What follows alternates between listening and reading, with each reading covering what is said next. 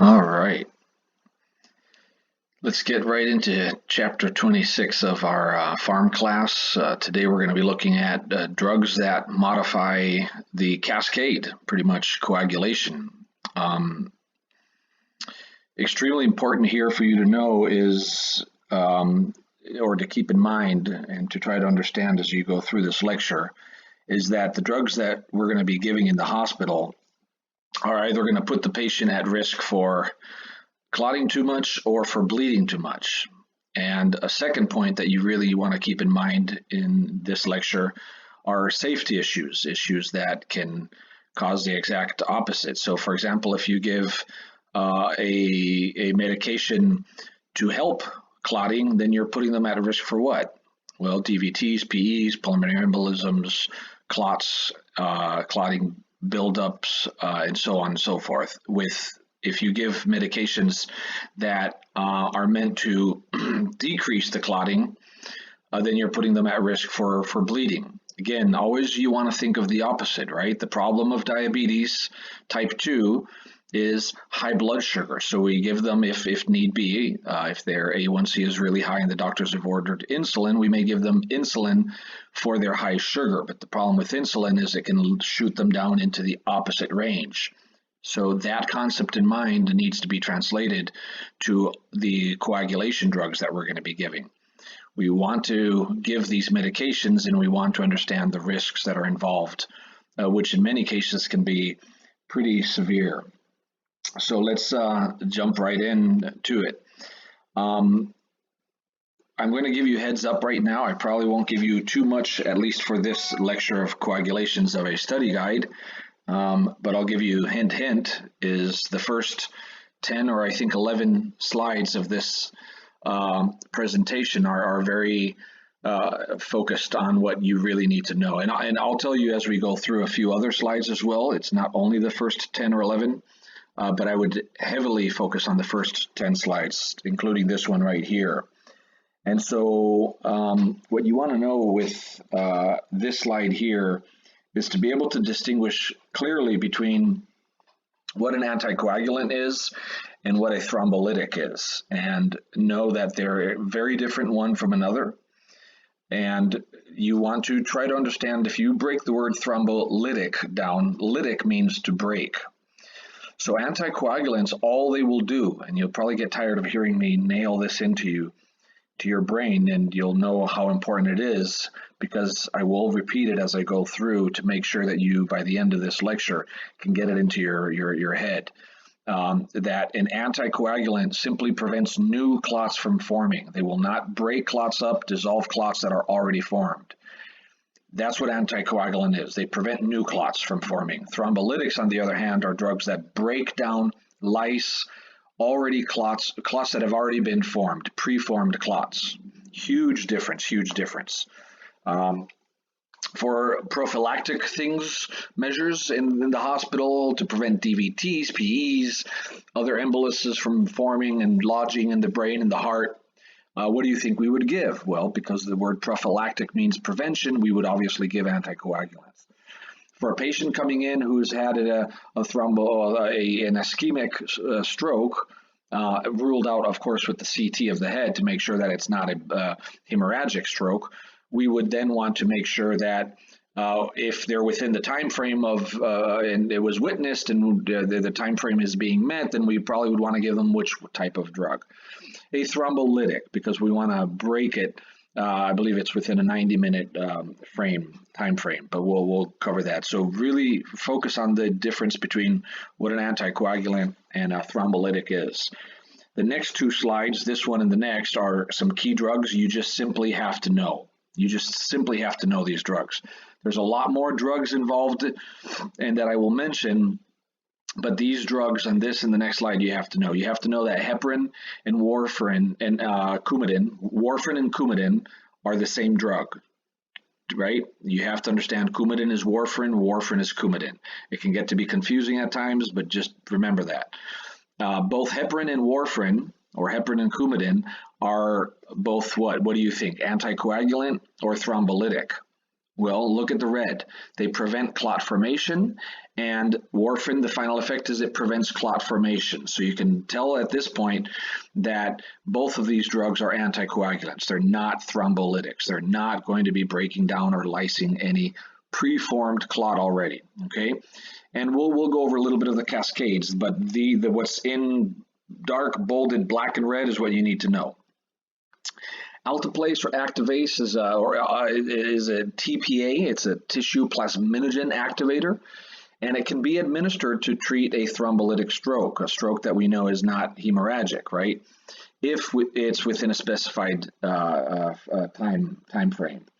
And so this is a thrombolytic. We can use it. In fact, Alteplase is used oftentimes for patients who have PICC lines, the peripherally inserted central catheters, to sort of declot them. And there, a lot of times doctors will have a standing order. If not, you can call the doc up and say, hey, one of the 3 lumens is, or all two, or all 3 of them are clotted. We can't draw blood. We can't give medications.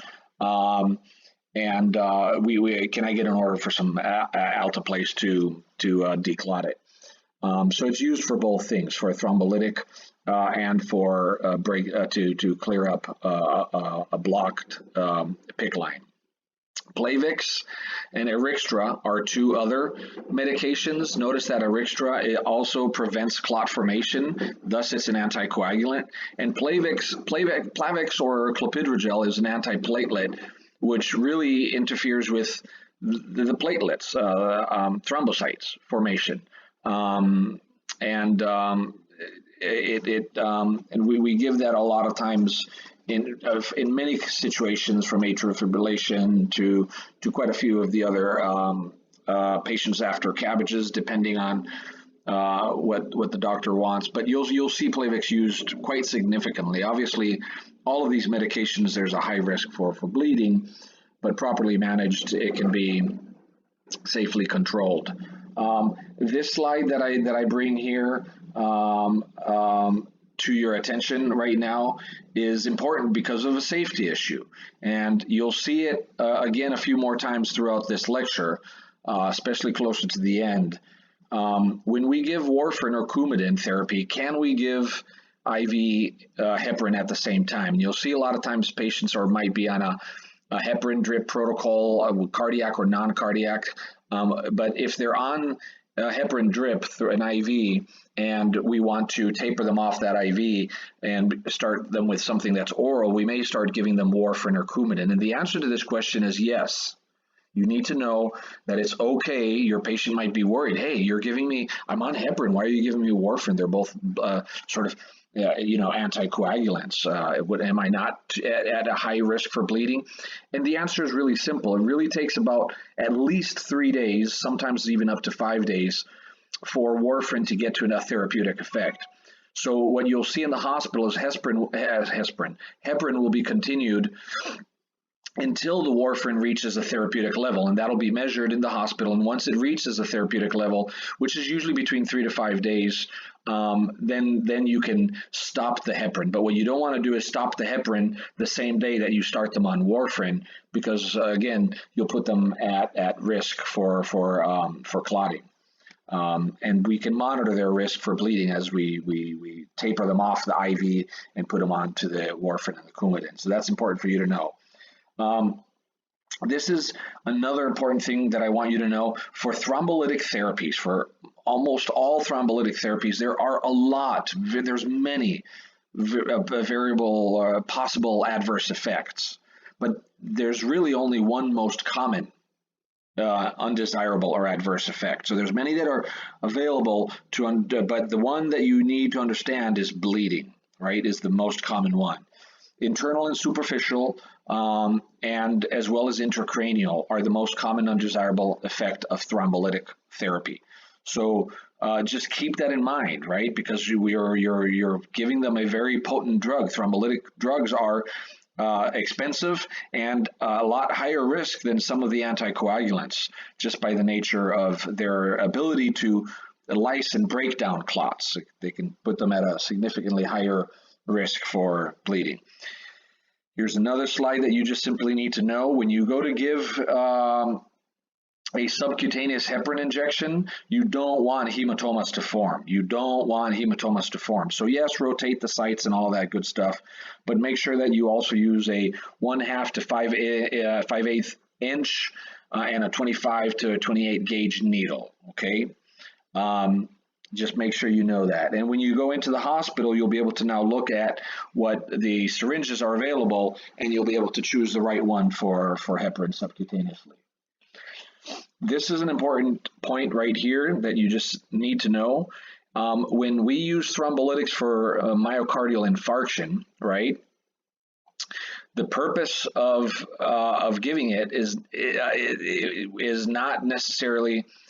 So think of this. Thrombolytics do what? They lyse or dissolve the thrombi. They break clots up that have already been formed.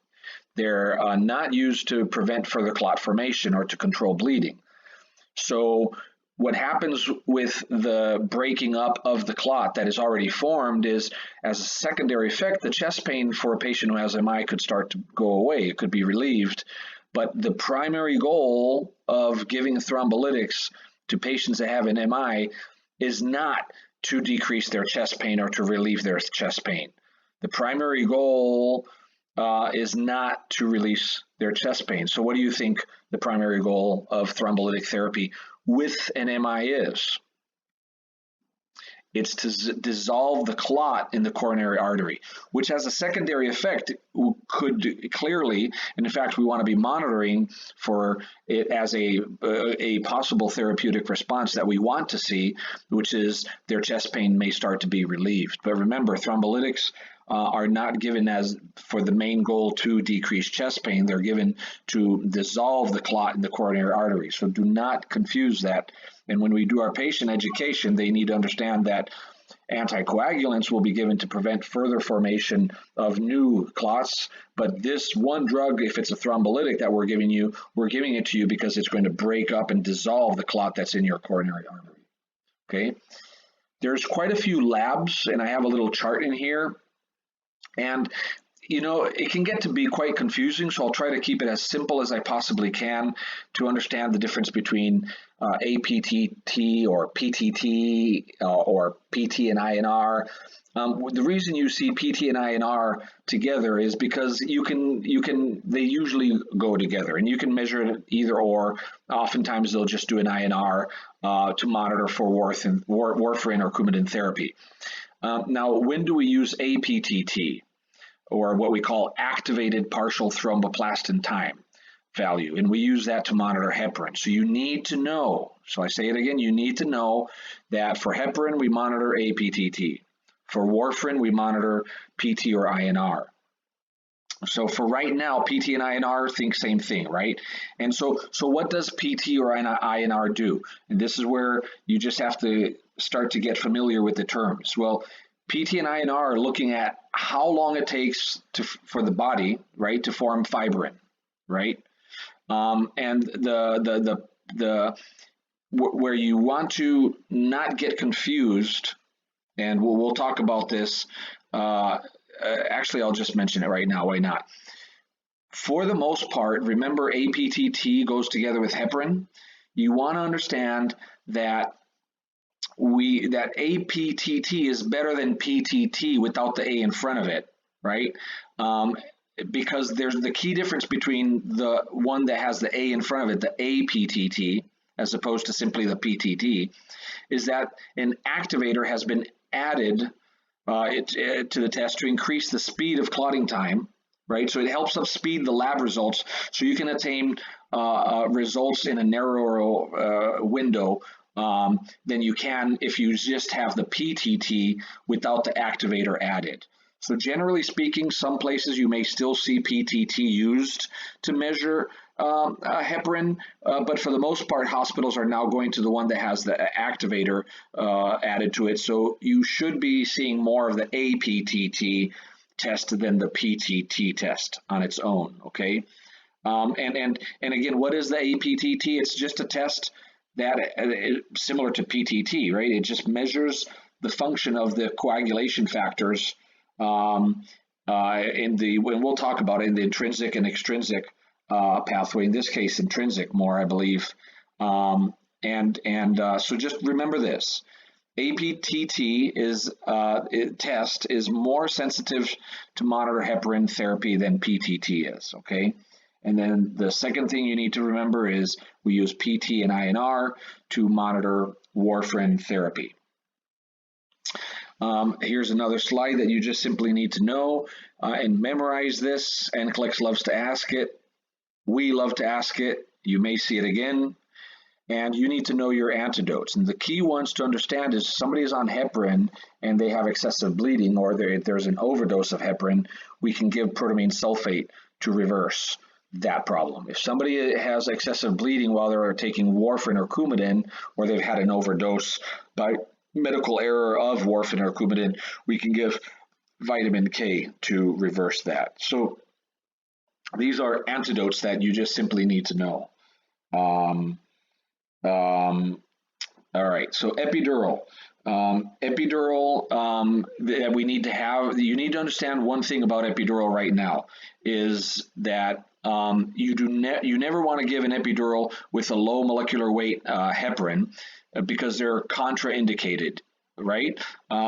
So keep that in mind. We can start a patient on, if they've been on an epidural and you stop the epidural, we can then at that point start them on a low molecular weight heparin. So think about if you ever have a patient that is on a epidural, do not give them a heparin drip or a heparin injection. Do not, just simply do not. That is a safety thing. You need to understand that, and you don't want to make that mistake. Okay, so heparin while they're on an epidural catheter, not a good idea. Okay, for the most part, you could create epidural hematoma, which could rupture, could break, could bleed. There are significant complications. So after 2 hours after the epidural has been removed, we could start them on low molecular weight heparin injections. Here is a chart that is important to look at and try to understand. And you need to remember that where PT and INR are going hand in hand. And then APTT, or the activated partial thromboplastin time, is what we use for the heparin, for monitoring the heparin. Now, let's start at the top. I want you to understand something at the top level, at where it says International Normalized Ratio, or INR. See how it says 0.8 to 1.2? I want you to remember that a normal range is 1.0, or 0.8 to 1.2. But if you remember 1 as the normal INR, you'll be good to go. But normal really depends on who your patient is. If a patient is on prophylactic VTE, PE, or they have atrial fibrillation, you want them to be in a therapeutic range, then we would expect that INR to be higher, between 2 and 3. If they're on a stroke prophylactic, they might be between 2, 2.5. Prosthetic heart valves, you may want them a little higher, 2.5 to 3.5. Patients who have lupus. So right now, what you really need to understand is, generally speaking, INR should be 1, and therapeutic range should be 2 to about 3 for prophylactic patients or patients who have atrial fibrillation. The APTT, the normal range is somewhere around 21 to 35 seconds. And for therapeutic effectiveness, if they're on an anticoagulant like heparin, then we would expect it to be 2 to 2.5 times higher than that normal range. So about 60 to about 109 seconds, okay? PT, if they're on Coumadin, warfarin, we look at the normal range is 11 to 35, 11 to 13 seconds, and higher if they're high risk for bleeding into the tissue. Because with all of these medications, you always want to keep them monitored and monitor them. Do your assessments for signs and symptoms of bleeding. Again, I'm going to take a step back here and try to repeat what I said earlier so that you can get it into your head a little bit. PT is a blood test that we do for what? to see how long it takes the body or the blood to clot, right? Remember the fibrin? So a PT or a prothrombin time test can be used to check for bleeding problems. PT is used to see if a medication that we give to prevent the blood clots, remember, which can put them at risk for bleeding, is working or not. And we usually call PT an INR test as well, either way. So they may do PT, may do an INR interchangeably. The INR, we know it means International Normalized Ratio. And again, what do we do that for? It's, again, measure how long it takes your blood to clot. No different from PT, right? And so the key thing to understand is this. Pay attention. The higher your PT or INR, the longer your blood takes to clot. The higher the PT or INR, the longer your blood takes to clot. So you can think about that. If somebody is on Coumadin because you don't want them to form a clot, it only makes sense that their PT and INR is going to go up in order to prevent that clot from forming, because it'll take that clot a lot longer to form into a clot. Okay, that's very important. Now, so be careful with INR. I'm going to go back to that. A normal INR is 1.0, but be careful, because somebody who we're treating for DVTs, blood clot in the leg, pulmonary embolism, or blood clot in the lung, or they're on prophylactic venous thrombosis after, like, surgical patients, for example, heart valve patients, atrial fibrillation patient, a normal INR is 2 to 3, or 2.0 to 3.0. So there's really two norms, but we often call the normal INR levels for these patients that need to have their INR levels higher so the clots form slower. We generally call it therapeutic range, therapeutic dose, therapeutic level. But don't be confused. A therapeutic level is what we want them to be at, is a normal level that we want somebody that's prophylactic or AFib or at risk for high risk surgery for thrombosis to be at. So 1.0 is normal for a person who has none of these problems. But for a person who has any of these problems, surgical, AFib, and the ones that I just mentioned, again, we want the INR to be at 2 to 3. Does that make sense? And so keep that in mind and focus on that. All right, so now I'm going to get into some key terms that you should understand. Hemostasis is a general word that we use for a process that stops bleeding, right? So coagulation is hemostasis that occurs because of physiological clotting of the blood. And so in a thrombus, for example, is a word that we use as a technical word for blood clot. So if you hear thrombus, it's a blood clot. Now an embolus is a blood clot or a thrombus that moves through the blood vessel. So an embolus is a thrombus, except that in this case it's mobile and it's moving through. So what triggers clotting? What triggers this hemostasis? This stopping of bleeding? There's quite a few. The body processes that prevent bleeding from happening can be broken down into primary or secondary. So hemostasis, even though the slides don't provide it for you, the textbooks do briefly talk about it, are primary hemostasis and secondary hemostasis. And what's key to understand is that vasoconstriction and the formation of platelet plugs are two processes that are part of the primary hemostasis. So that those platelet plugs that start to form, which can lead to complications, coronary artery disease, they're a good thing, but not too good if they start clotting up our arteries.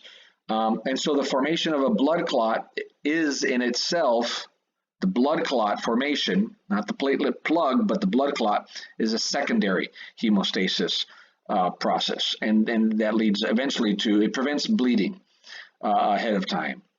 And then a lot of proteins are involved in this process. You don't need to memorize the proteins. I'll let you know what you do need to know.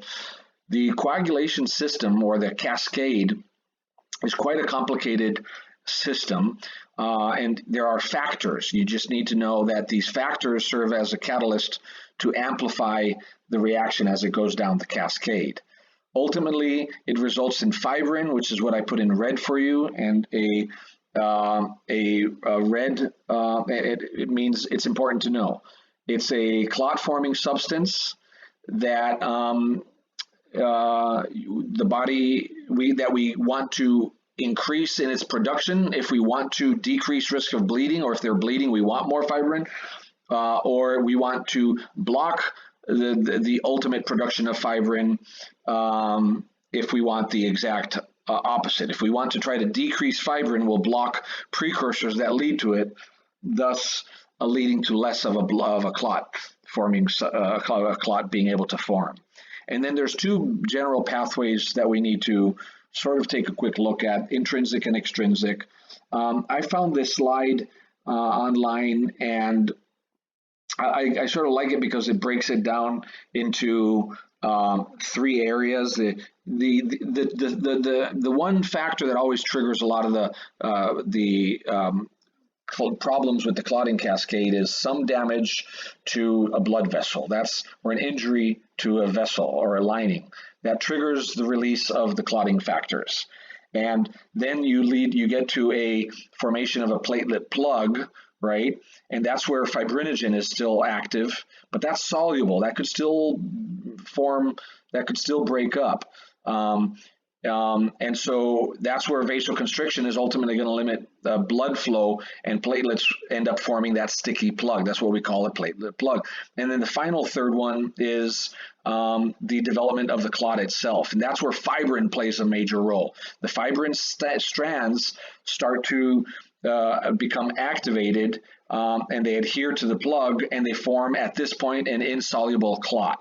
And so sometimes what we target is that fibrin, which is at this point already insoluble and a lot more difficult to break apart, unless we use certain type of fibrinolytics or thrombolytics.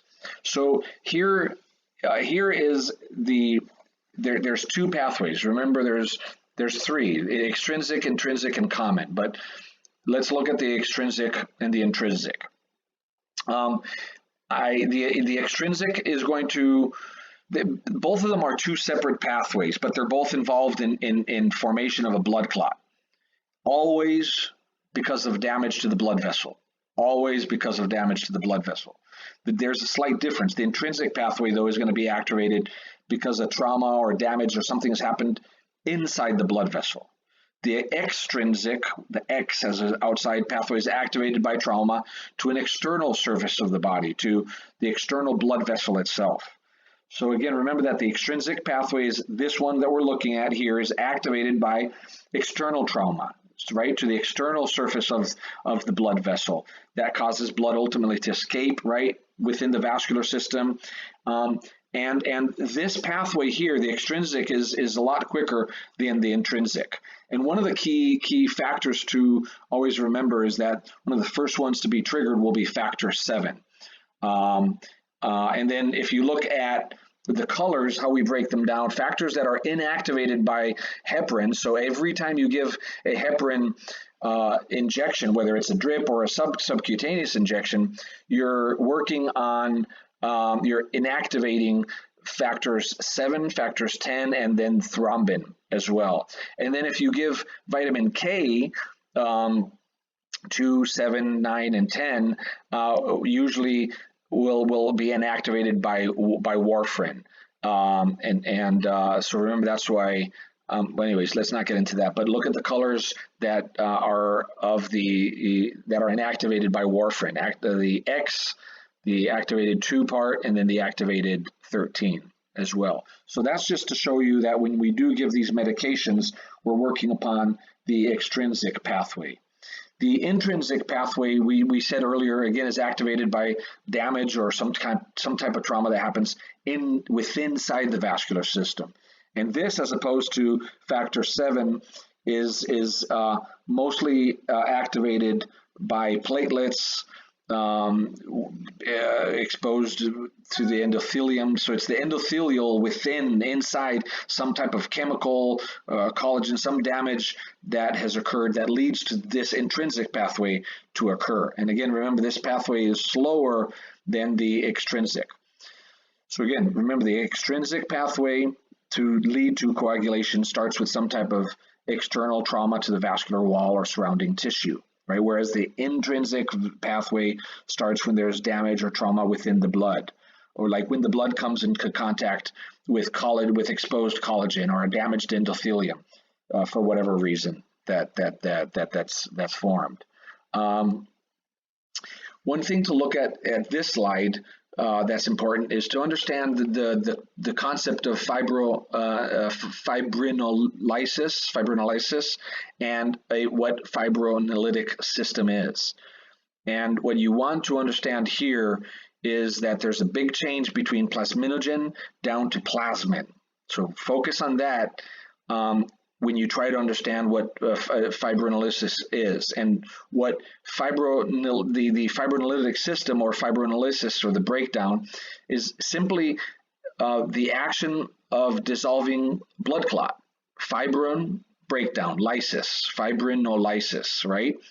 And so what we're really talking about when you think about the fibrinolytic system is preventing obstruction of blood vessels. So if you have a blood vessel that's blocked, you want somehow to produce a fibrinolytic reaction to try to prevent the blood clot, or in other words, dissolve the blood clot. And so one way of thinking about bleeding, for example, is that it's caused by a problem with fibrinolysis. So if fibrinolysis is not working very well, then there could be problems with bleeding.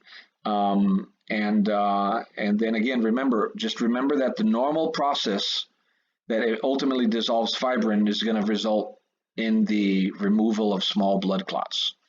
Now, again, pay attention to the image. It shows us where fibrinolysis happens, right? And fibrinolysis is, again, initiated by the activation of an enzyme, of plasminogen. It's a proenzyme, I should say, which is always present in clots, right?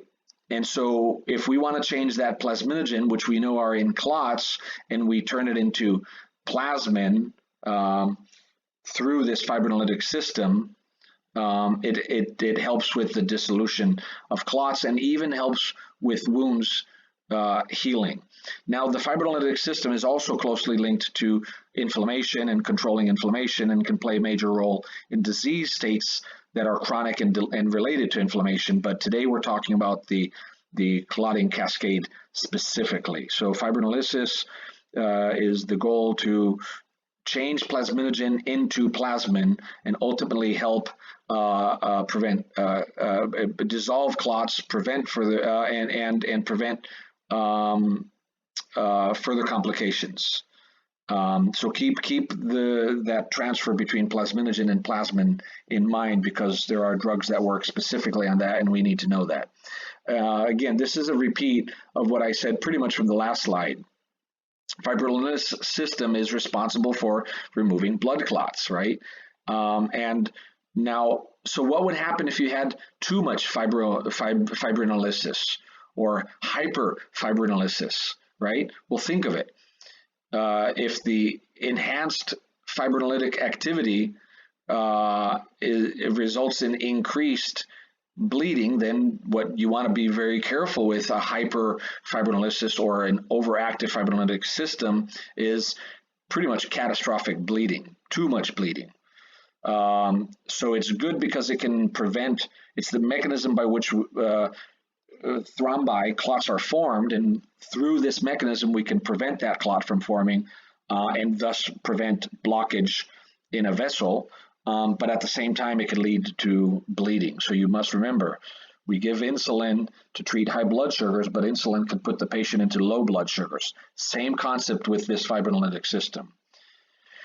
And again, fibrin in the clot binds to a protein that is called plasminogen, that proenzyme I talked about, plasminogen, and this binding converts plasminogen to plasmin. So thanks to that fibrin, in the clot, we can change plasminogen to plasmin. And down below, plasmin is the protein that ultimately breaks the fibrin thrombus or clot down. It degrades it.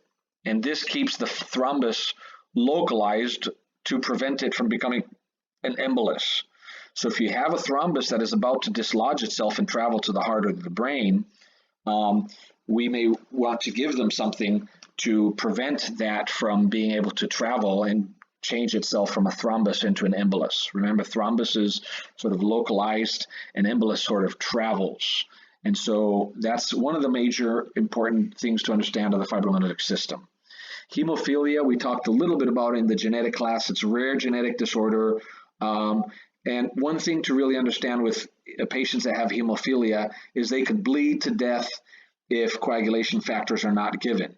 Therefore, coagulation factors need to be given to these patients promptly. And then two types of the two types that inhibit platelet aggregation are factor 7 deficiency and factor 8 and or factor 9 deficiency. So hemophilia could have either one of these three factors as being deficient.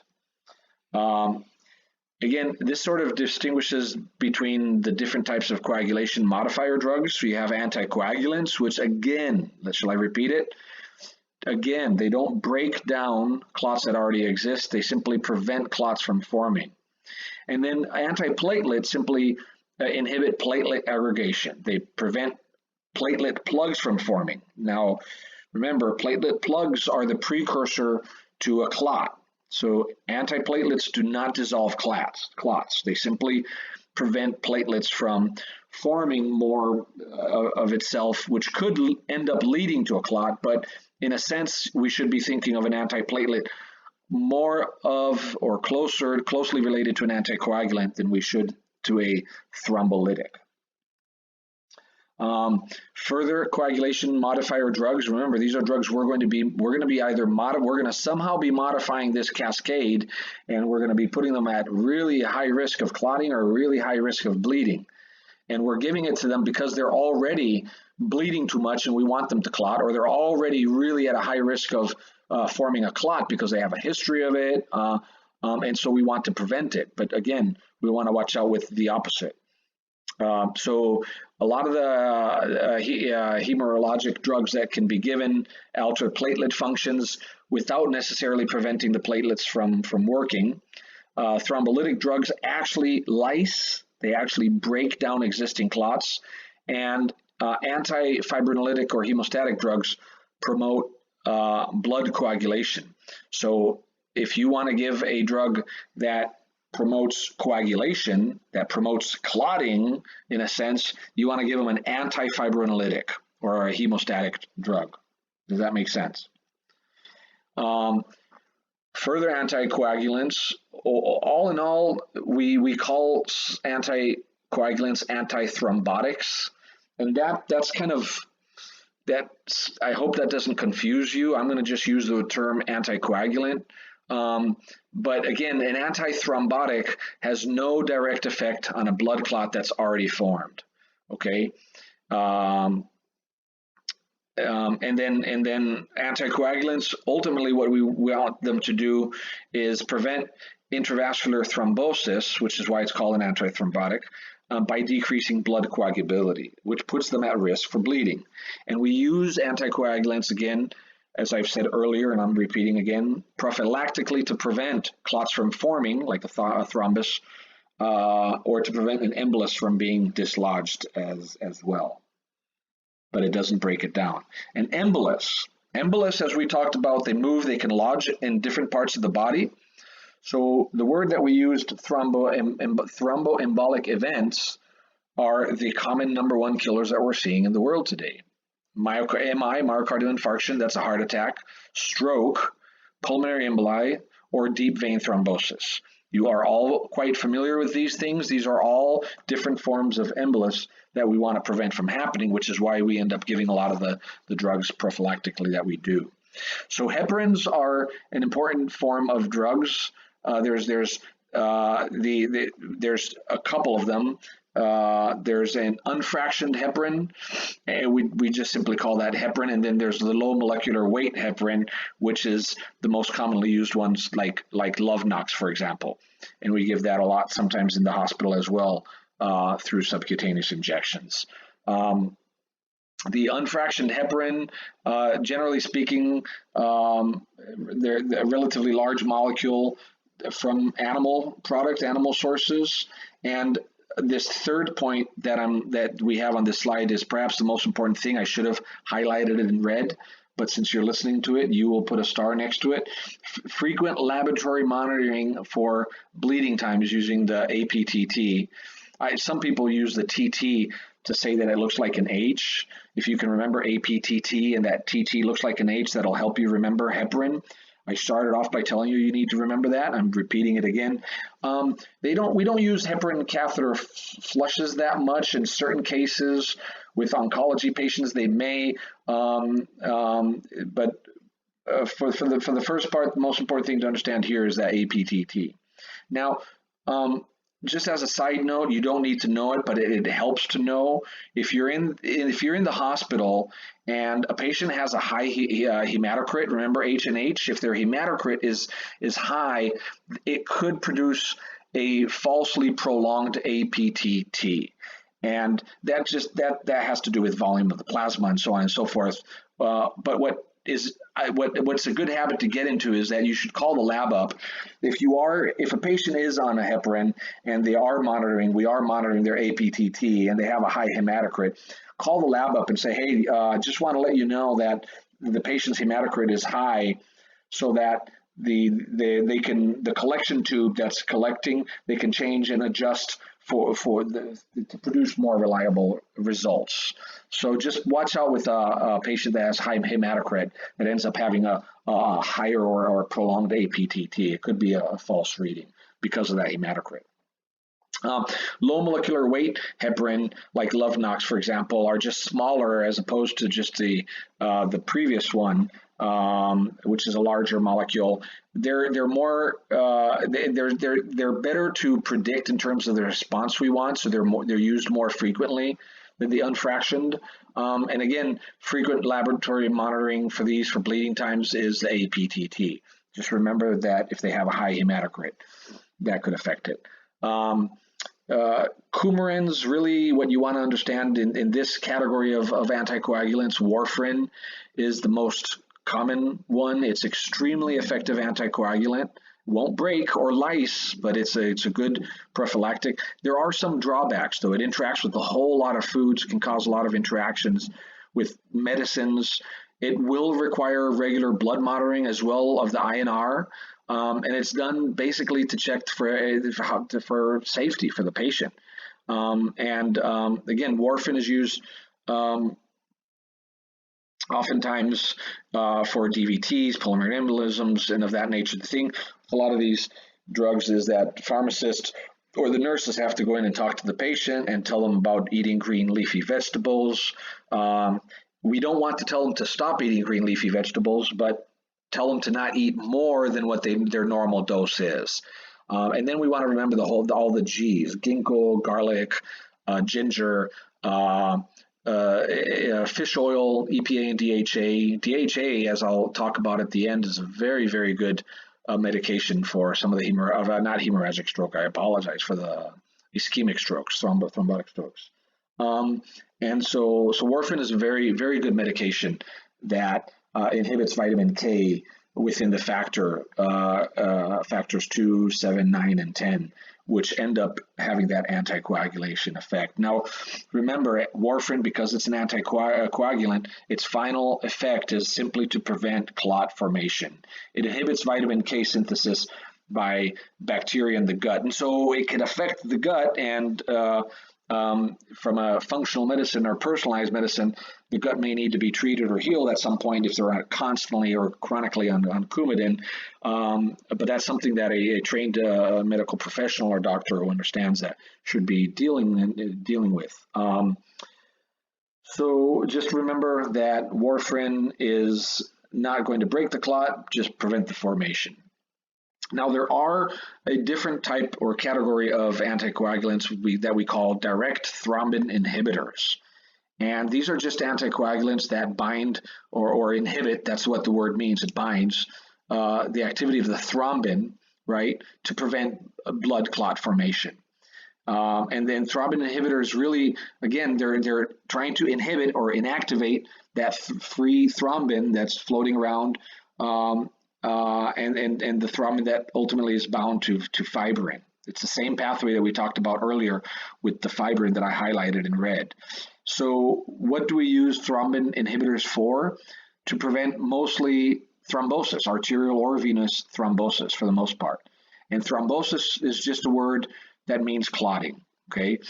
Don't get confused with it. We use clotting and thrombosis interchangeably. So what is thrombosis? It's the formation of a blood clot inside a blood vessel. And what ends up happening is that there's an obstruction of flow of blood through the circulatory system. We call that ischemia. Ultimately, we call it a myocardial infarction. So when a blood vessel, doesn't matter in a vein or artery, is injured, the body is going to end up using platelets and fibrin to form a blood clot, right, to prevent blood loss. So the platelet formation is good and fibrin is good, but if there's too much platelet formation, too much fibrin formation, it leads to obstruction, and that's not a good thing because that leads to ischemia, heart attacks, ischemic stroke, and so on and so forth. Another word, by the way, for platelets is thrombocytes. Thrombocytes. So not today's lecture, but thrombocytopenia, highly related to platelets. I will ask you shortly to understand one lab that we really need to be monitoring platelets for. So when I get there, remember that one, because you'll see it again. Selective factor 10A inhibitors, Erixtra, Xarelto, Eliquis, very, very commonly used for patients with atrial fibrillation. They're an anticoagulant that block the clotting factor 10A or XA to prevent clot formation. They do not affect platelet aggregation. They just simply prevent the clot from forming. And a lot of people that have atrial fibrillation are put on Xarelto, sometimes for life, although in many cases, my father, for instance, when he had atrial fibrillation, was able to, through diet and supplements, reverse himself back to normal sinus rhythm with help of a provider who was willing to work with us a little bit more naturally. For the most part, if you're in allopathic medicine, you'll just be put on a Xarelto, and there are risks for that, as we've been talking about throughout this lecture. So what's the mechanism of action for the anticoagulants? Well, it really depends on the drugs, and as we've been talking about them, depends on the different points of the clotting cascade. And that's why I put at the beginning those charts that show the colors, so you knew where warfarin was acting upon, the blue passard, and what heparin was acting on, was the red. Again, shall I emphasize this again? Anticoagulants simply do not lyse existing clots. They prevent forming of new clots. I hope that's starting to get really ingrained into your brain. So what do we use anticoagulants for? What are the indications? What do we use them for? To prevent clot formation in certain settings in which clot formation is likely. So who? Patients who come in with MI, have a history of having clotting, unstable angina, maybe AFib. Remember, with AFib, once the heart starts to fibrillate, clots can form and travel and lodge, and it's extremely important to be put on a blood thinner, somehow, natural or drug-based, but you need to get that blood thinned, otherwise the anticoagulant to prevent the clotting from forming in the first place.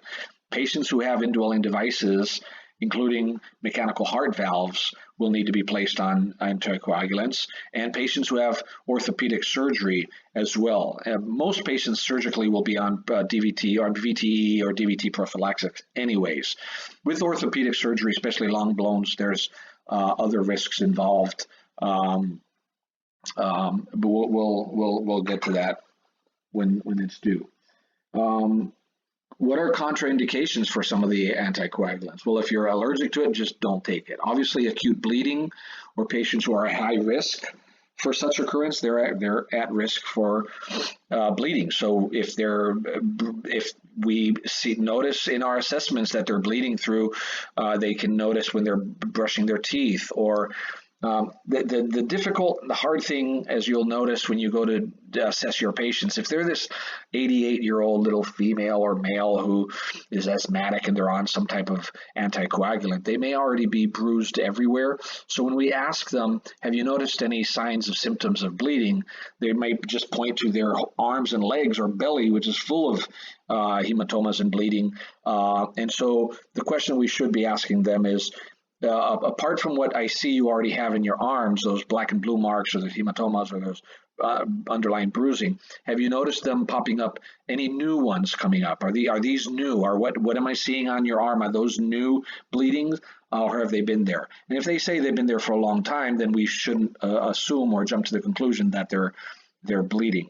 But we do want to monitor that they don't start to have a lot more bleeding, a lot more hematomas or bruising starting to pop up under their skin, because that could be an indication.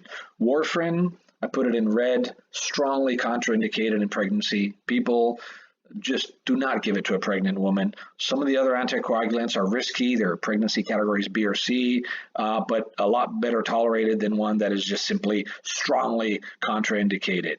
And then low molecular weight heparins are contraindicated also in patients with indwelling epidural catheter. That's the second time I've mentioned that. I hope that's becoming that you're getting that, you're grasping it. Adverse effect. Well, adverse effect of anticoagulant is bleeding, right? Risks increased with dosage, and it could be localized or systemic. Bleeding could be in the arm as a bruising that starts to grow and grow and grow in the arm or the leg or the belly, especially as you give those injections, you'll see hematoma start to develop, or it could be systemic. Systemic is always a little bit more of a risk. Now, one thing that you just need to know is HIT. Heparin-induced thrombocytopenia. You need to know that one of the major side effects of patients on heparin is heparin-induced thrombocytopenia, and other problems, nausea, vomiting, so on and so forth. And basically, HIT is a condition that causes decrease in platelets in the blood. And remember, what do platelets do? Platelets, like fibrin, help the blood clot, right? So one way of thinking about it is, you just need to know that HIT happens after you've treated them with heparin. That's why it's called heparin-induced. Just in a nutshell, it's an immune sort of response or mediated event that can lead to really serious, severe, life-threatening complications like losing a limb. So just be careful. Be careful and know that that is a side effect of patients that are on heparin. The thing to understand is that there's two types of HITs. There's type 1, and we can continue them, generally speaking, as long as we're monitoring the platelets and the doctors are okay with their platelets where they're at. We can continue heparin treatment just as normally as we would normally do. Type 2 is an acute fall in the number of platelets. So people, this is the condition for which we need to monitor their platelets. For patients who are on heparin, right? Heparin, we need to monitor their platelets as well as the other labs that we've been talking about as well. If their platelets have dropped more than 50% from whatever their baseline was, what do we need to do? Stop that heparin.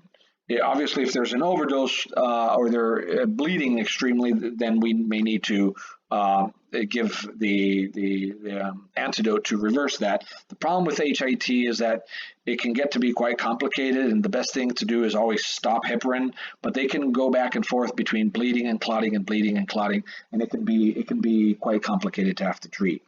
So what are clinical manifestations that you need to know that somebody that is taking heparin, it could end up having a heparin-induced thrombocytopenia or low platelet count. So we need to monitor their platelets when they're on heparin as well, people.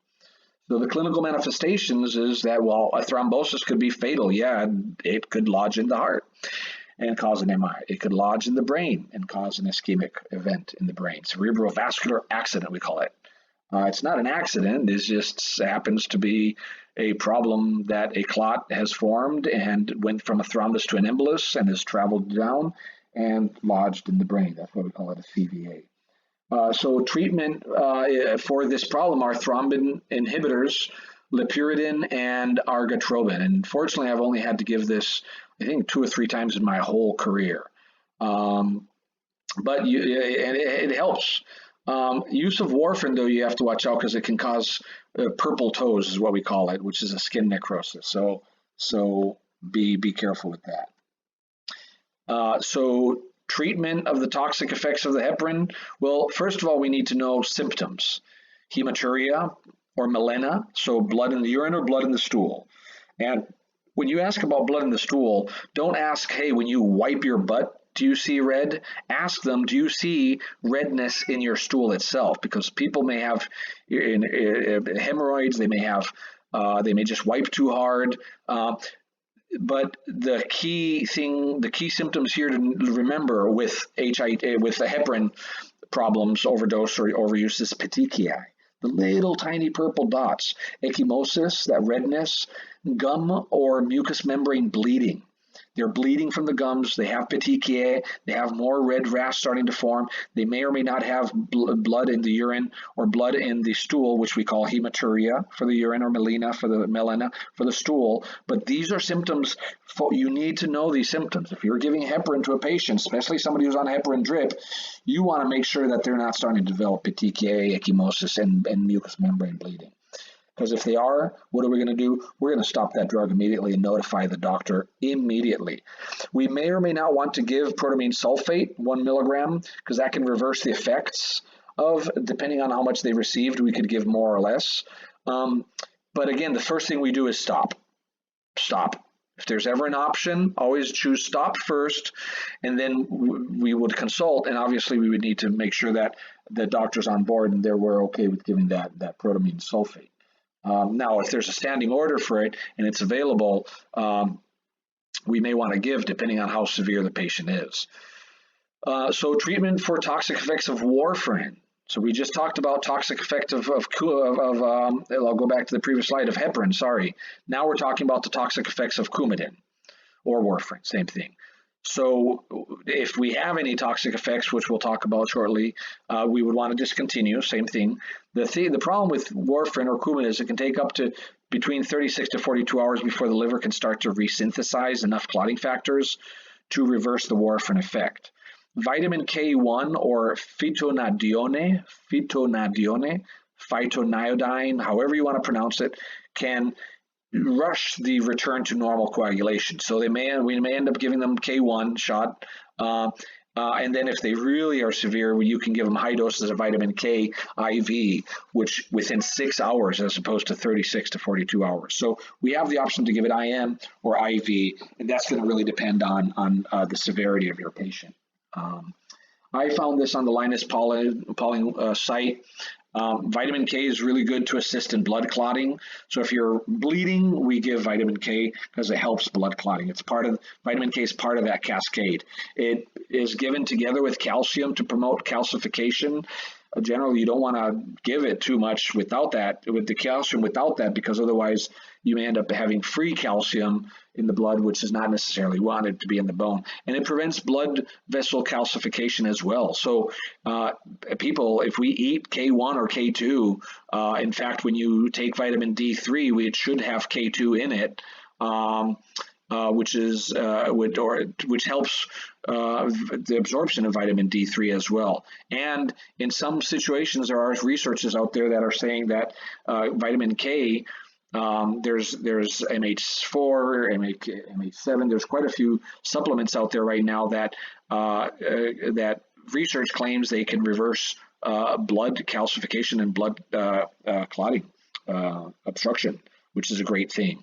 And where do we get it? Well, in green leafy vegetables, which is why we want to tell patients that are on anticoagulants, don't add more green leafy vegetables than you normally do. We don't want to tell them to stop eating green leafy vegetables. Just eat what they normally eat.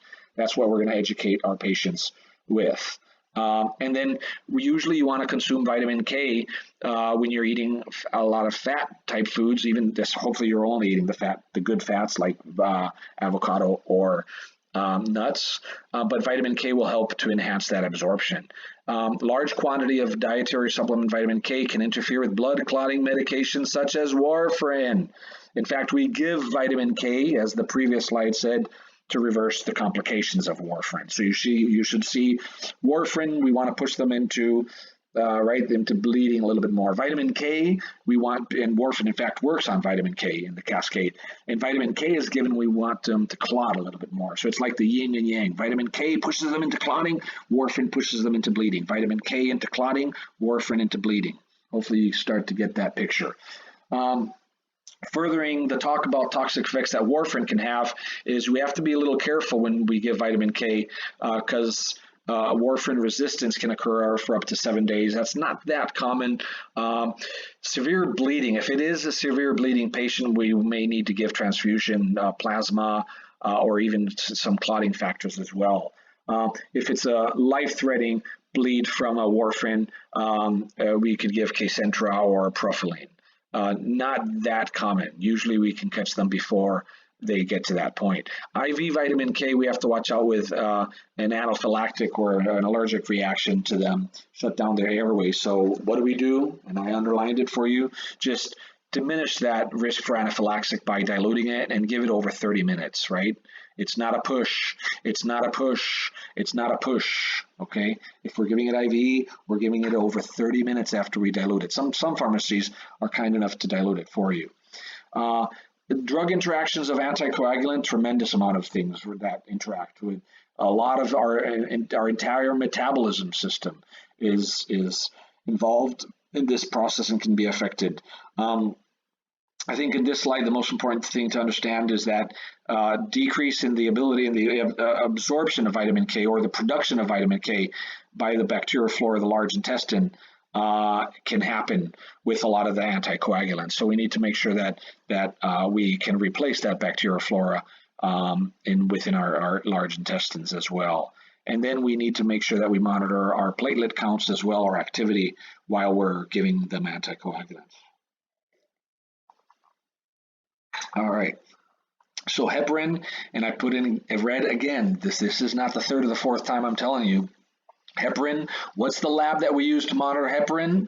APTT, and we always want to make sure that we'll do a blood draw, a blood lab draw every 6 hours, and there'll be a chart in the computer in the MAR somewhere. I usually, when I start my shift off, if a patient is on a heparin drip, I'll have that in my pocket with me, and I'll make sure always that I go to the lab and look and see when it was last drawn, because if it's been 12 hours and there's an order for every 6, somebody missed the ball, I don't want to miss the ball on my shift. I get that APTT right at the beginning of my shift, and then I look at where it's at. If it's in the therapeutic level, then don't worry about it.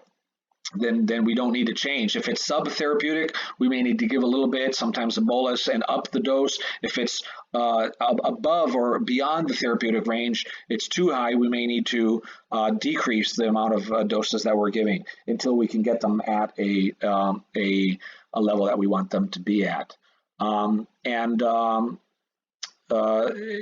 So remember, we need to every 6 hours if they're on an IV. For DVT prophylactic, we just give the 5,000 sub-Q 2-3 times a day, usually in the morning, BID, morning and night. And we don't necessarily need to monitor their labs for the prophylactic. But if they're on an IV, we definitely do. Hopefully that's pretty clear. Coumadin, warfarin, Coumadin, warfarin, same thing.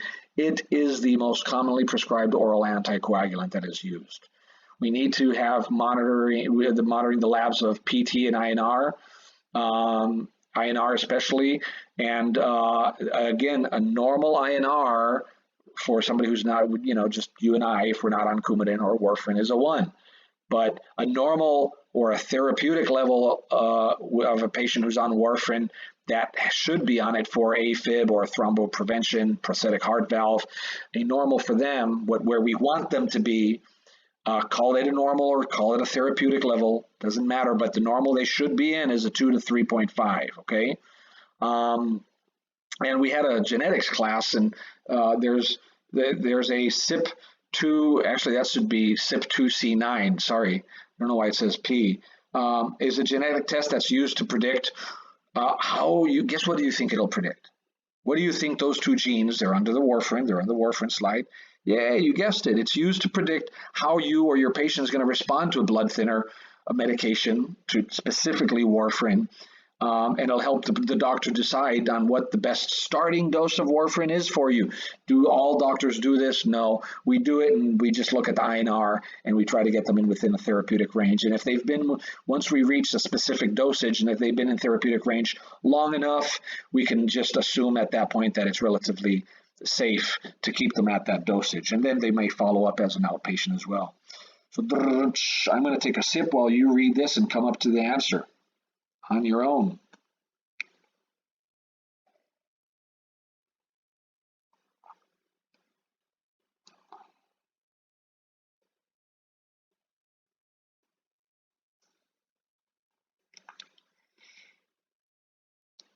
So here's the question again about, can patient be on IV heparin and a warfarin PO therapy?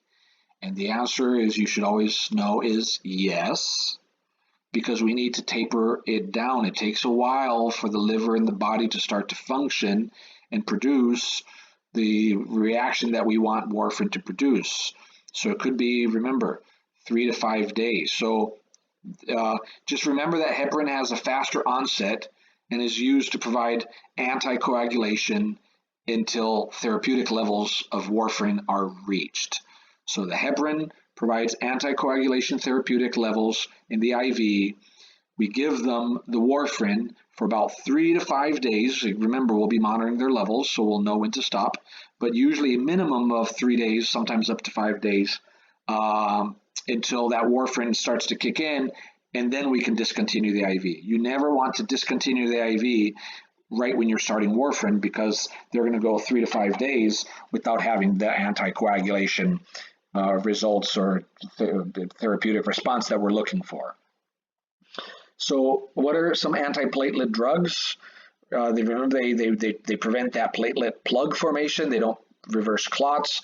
Aspirin, Plavix are the most common ones here. Integralin as well. But for the most part, Plavix is very common. Aspirin is very common. You'll see them a lot. So make sure you are slightly familiar with them and know that those names are antiplatelets and not anything else. And then, so what is the relationship, for example, between platelets and the clotting cascade? So remember, everything starts with an injury to the blood vessel. Everything starts with the extrinsic, and then it goes through the intrinsic. And so it can lead to either vasoconstriction or a release of the factor 3, the tissue thromboplastin, which triggers the extrinsic cascade, which leads to thrombin, which leads to fibrin, and then it can end up to hopefully a stabilized platelet or fibrin plug. With the vasoconstriction, though, we want to watch out, because if there's a blockage,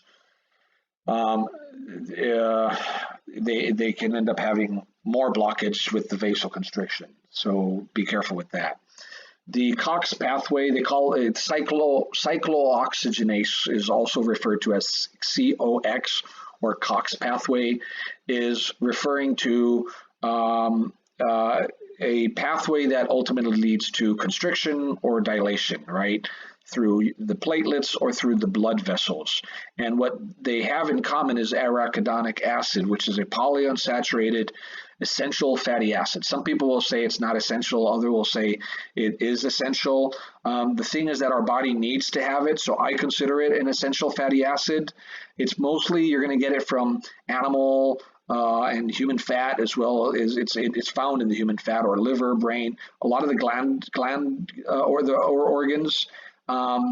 It's made from dietary linoleic acid. So if you're not getting enough linoleic acid in your diet with vegetables, certain vegetables and whatnot, then you won't have enough arachidonic acid. The problem with arachidonic acid is that it's related and tied into protein and muscle tissue inflammation. Some scientists believe that the omega-6s, which is what arachidonic acid is, it's a polyunsaturated omega-6 is a pro-inflammatory, and that the good ones are omega-3s, which are anti-inflammatory. But the COX pathway, there's COX-1, COX-2, COX-2, don't worry about that right now. Ultimately, it leads to constriction and platelet aggregation, or it leads to dilation and inhibiting platelet aggregation, depending on the pathway that it takes. So antiplatelet drugs, what are the indications and what are some of the adverse effects? Well, they're antithrombotic. It doesn't mean thrombolytic. Doesn't mean thrombolytic, just prevents the formation of that plug. And then the adverse effects depends again on what type of drug it is, which drug will give you a specific reaction. So what are, now we're going away from, I'm going to go back to the previous slide, antithrombotic or antiplatelet. We're moving into thrombolytic. This is a major change. We're completely changing here into drugs that can actually break down or lyse clots that have been performed or preformed, that are already existing. And some of the older thrombolytic drugs are streptokinase or urokinase, and the more recent ones are alteplase, ridovase, and the TNCase as well. So remember what drugs are thrombolytics. And so the mechanism of action for the thrombolytics is pretty straightforward. They work on that fibrinolytic system that we talked about, fibrinolysis, to break down the clot. And remember, soluble to from insoluble to soluble, from soluble to unsoluble. Once they get that to that soluble level, we need a thrombolytic to break that down, and that's where it's working on. They activate the plasminogen, and remember, plasminogen is converted to plasmin, which ultimately can digest that word that I had in red and bolded, underlined, called fibrin. So that's what thrombolytics are really working on. They convert plasminogen to plasmin, which digests that fibrin. And that's why we call it a fibrinolytic system or breakdown. It ultimately reestablishes blood flow to the heart muscle, coronary, and can prevent tissue destruction. It's a really good thing if you get it in time.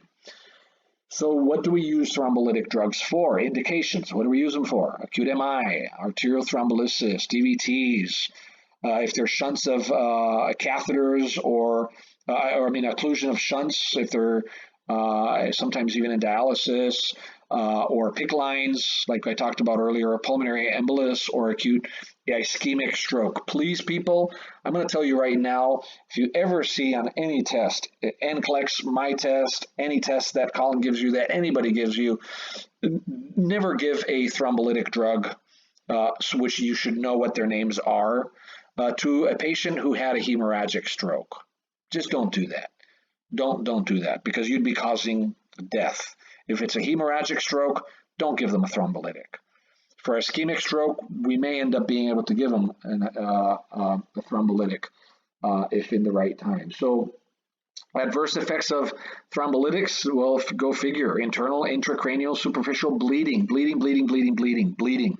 Can lead to some cardiac dysrhythmias and low blood pressure and nausea and vomiting, but that's just some effects that can be seen, but the big one is bleeding, and you just have to know that that's a big risk. So that's why we say if they're a hemorrhagic stroke, which is a bleed stroke, you don't want to cause more bleeding because it already burst and it's bleeding out in the brain, and the brain really has nowhere to grow, or that pressure can't build up. So be very careful. So what's the answer to this? I'm going to take a quick sip and let you read this on your own, okay?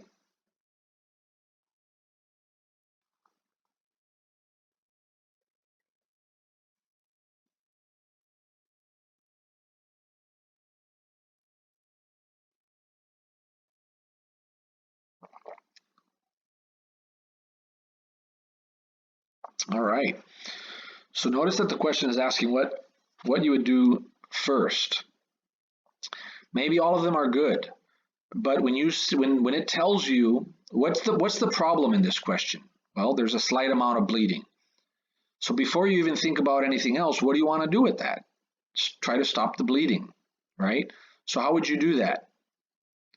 And remember, if we know that the most common or undesirable effect of thrombolytic therapy is, as the previous slide said, what was it? Intracranial, internal, and superficial bleeding, right?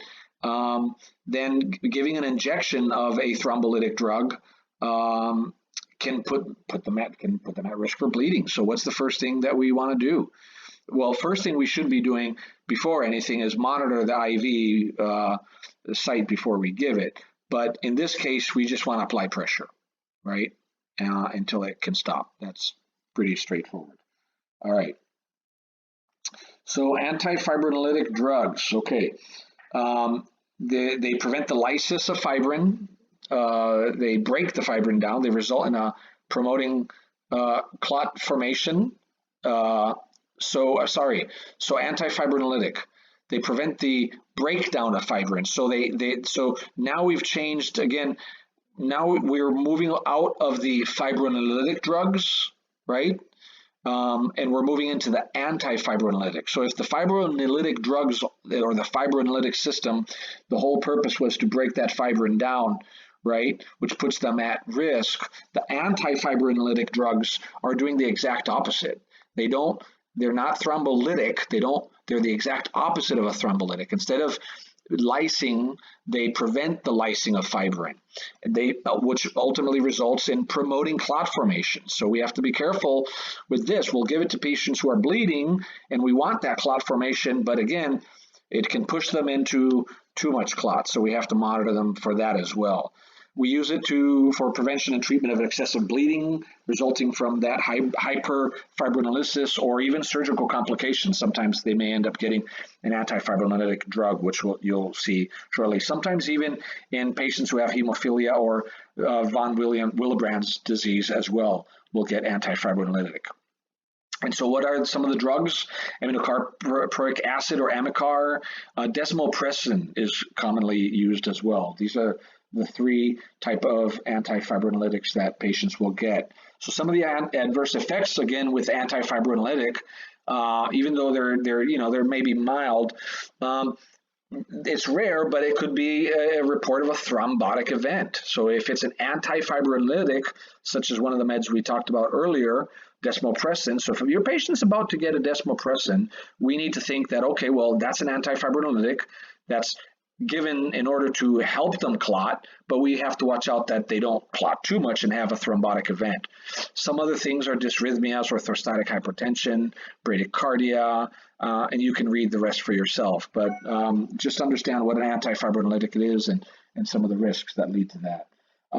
What we need to assess before we do a lot of these medications is patient history, medication history, allergies, what contraindications they had, what their vital signs baseline is, lab values before we start, potential drug interactions, and history of abnormal bleeding conditions, either personal or family history. We always need to ask. Nursing implications with heparin. Always double check with another nurse. We always double check the IV doses. We ensure that the subcutaneous doses are giving subcutaneously, not IM. So if your lady's really super skinny, if they're really obese, it's really easy to give subcutaneous. You can't miss. Most of that is adipose tissue. It will be subcutaneous.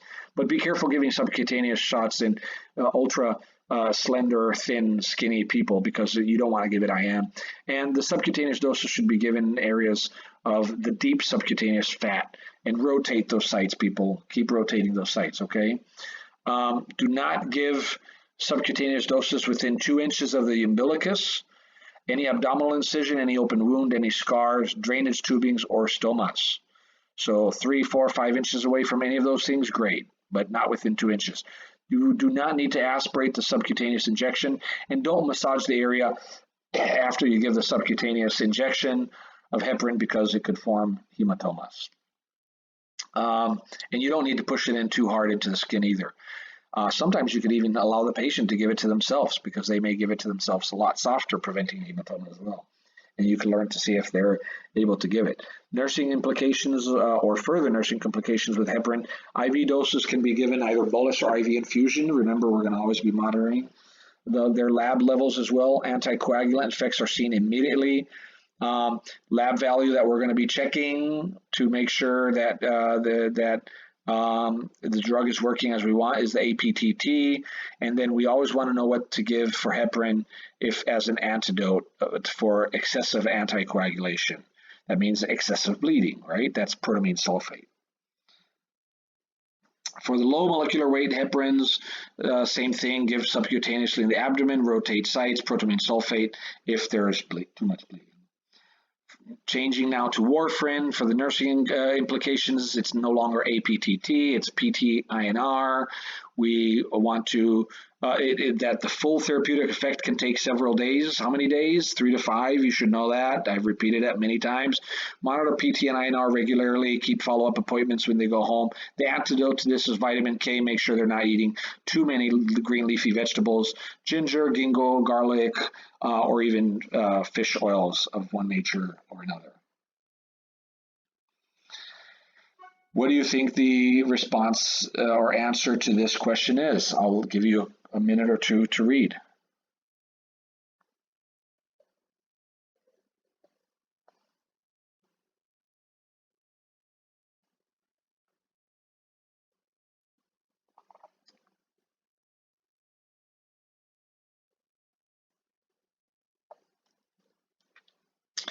Well, at this point, especially considering the lecture, what the whole topic is about, it's about anticoagulants. Um, you have a patient who's on warfarin and an antidysrhythmic for his AFib, right? And we need to remember that when a patient is taking any of these anticoagulants, they're at risk for a bleed. So if somebody fell and hit their head especially, what most likely do you think they'll be doing? They'll be checking the head to see if there's a bleed. So he needs to be examined for a possible internal bleed from that fall. That should, at this point in the game, be second nature to you. There are herbal products that can potentiate interactions, sometimes even block that, but really what will increase bleeding are G, and G. So capsicum pepper, garlic, ginkgo, ginger, ginkgo, feverfew, even fish oil should be added to this one, DHA especially. But I'll tell you, pepper, that red pepper, there are some people in the herbal community who swear by capsicum pepper, and they say if you carry a little bit of the highest potency capsicum pepper in your body and you're having a heart attack, put that under your tongue while you call that 911 if you don't have nitroglycerin at home, because it could gain you some time and save your heart. So there's different approaches. Allopathic medicine is always going to say stay away from these bad fellows and take the medications because they have to. And in acute and critical care setting, they're absolutely right. In an outpatient setting, I think it's up to the patient to determine, do I want to approach my own body with natural treatments or do I want to approach my body with more invasive therapies? My father, when he was at home, was able to reverse his atrial fibrillation naturally and never had to go on a blood thinner because he's taking quite a few blood thinners. And we've gone to his primary doctor and they've checked him multiple times. And believe me, he's got pretty thin blood. He's doing quite well with natural treatments. And so natural treatments work well. And I think they need to be given their spot in healthcare. There's interests to continue using the pharmacological treatments, and I have absolutely nothing against pharmacological treatments. They can save lives, and I've seen them work wonders in acute and critical care setting. Outside of that, but if your patient is going to be going home and you're doing a patient discharge, and they're going home on some Coumadin, warfarin, or something of that nature, we need to tell them, watch out with green leafy vegetables, watch out with pepper, garlic, ginkgo, all of that stuff, because it can make you bleed more. I sometimes say if you find a doctor and work with the doctor who understands what they're doing, and naturally speaking, tell them that, is it possible that I don't take the warfarin and that I can try to do it naturally? Could you monitor my blood through, the first 3 months, first few weeks, and then 3 months, 6 months, 1 year, and yearly after that, and see if I can do it in a different way? I think that is something that each individual has a right to determine over their own individual body. So what do you think the answer to this question is?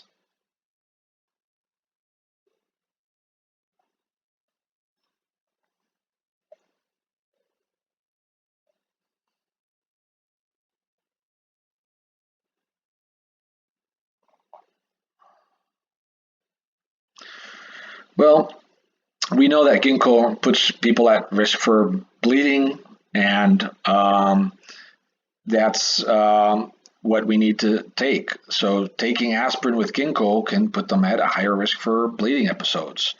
Of course, it's the ginkgo that leads to the bleeding risk, not the aspirin. Nope, sorry. They both do. So taking it together is where they need to be very, very careful with. But hey, they could take ginkgo if they decided to as well. They need to know that taking both can really put them at a risk for bleeding. All right, let's go to the next one. So what type of education do we need to give our patients? So obviously let them know that they need to have regular lab testing. Pharmacists will come. It'll be on their discharge planning and disorders. We need to have a very deep conversation.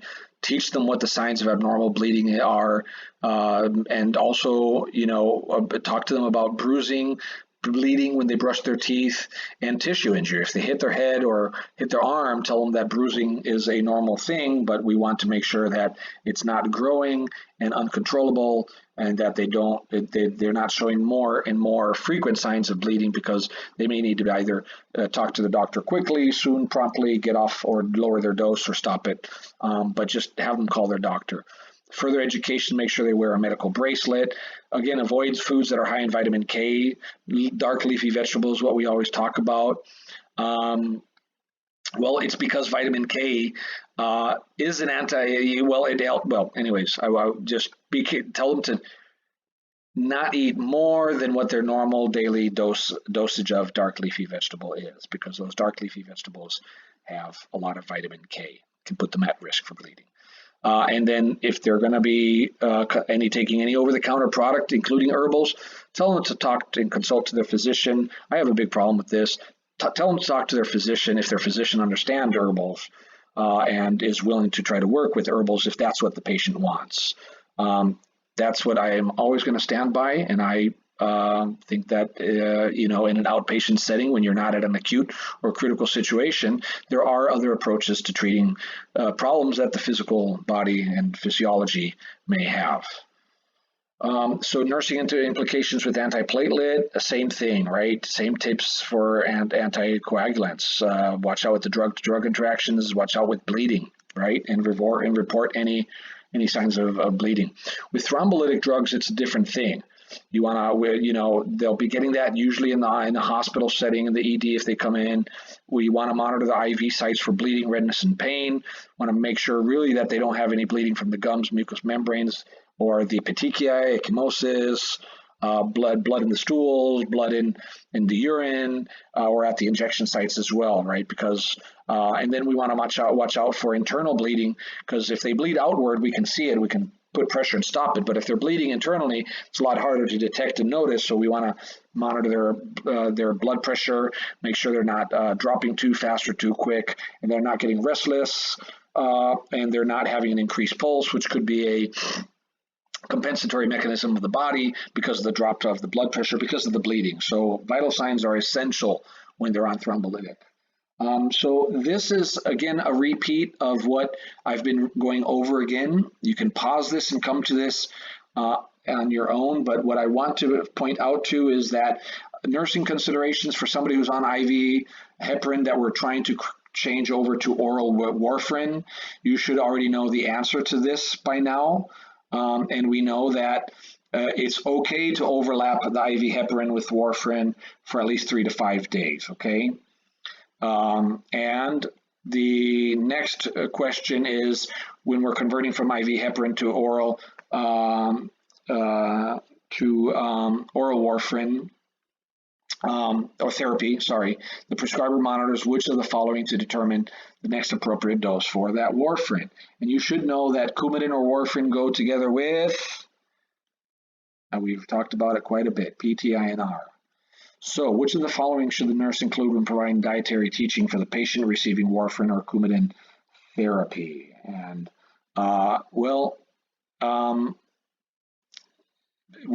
there's a couple trick questions here.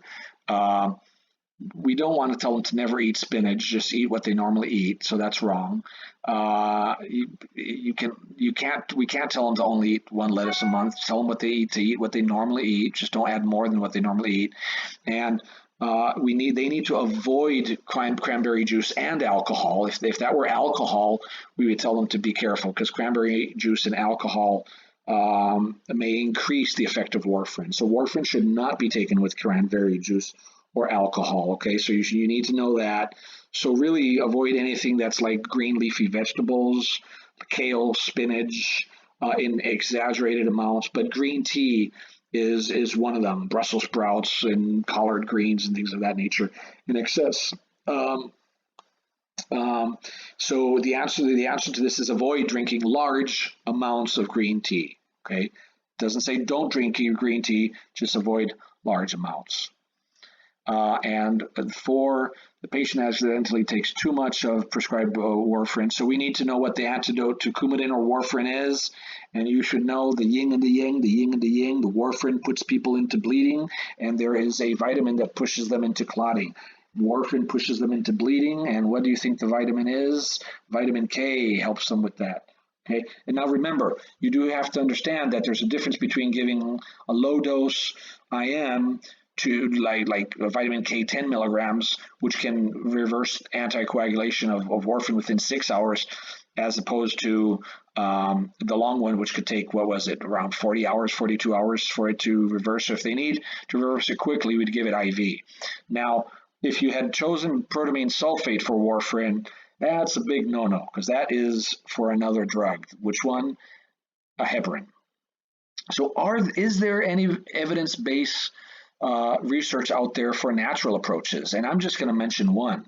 Yeah, DHA, which is in a lot of the fish oil. You can get, there's a lot of DHA that is available vegan, but generally speaking, salmon, sardines are extremely high in EPA and DHA, and a lot of the marine animals have it. So what about that?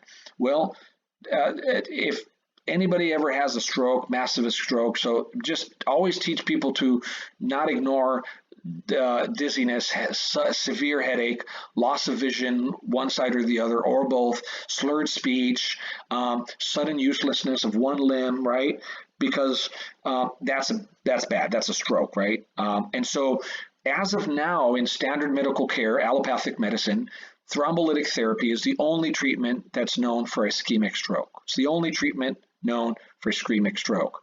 And I'd love to see one day in the hospitals them giving something different, which I'm going to talk about right now, that DHA.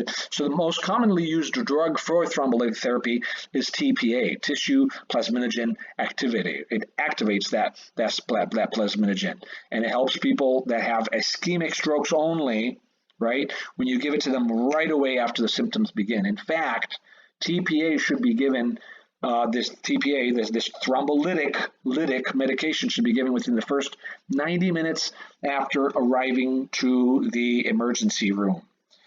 And now, check this out. In 2008, a paper published in the New England Journal of Medicine showed that due to its narrow therapeutic window, 90 minutes for God's sake, out of 100% of patients that came in that had real ischemic stroke, only 3 or 5 of them, or 3 or 5% of them, were able to benefit from TPA.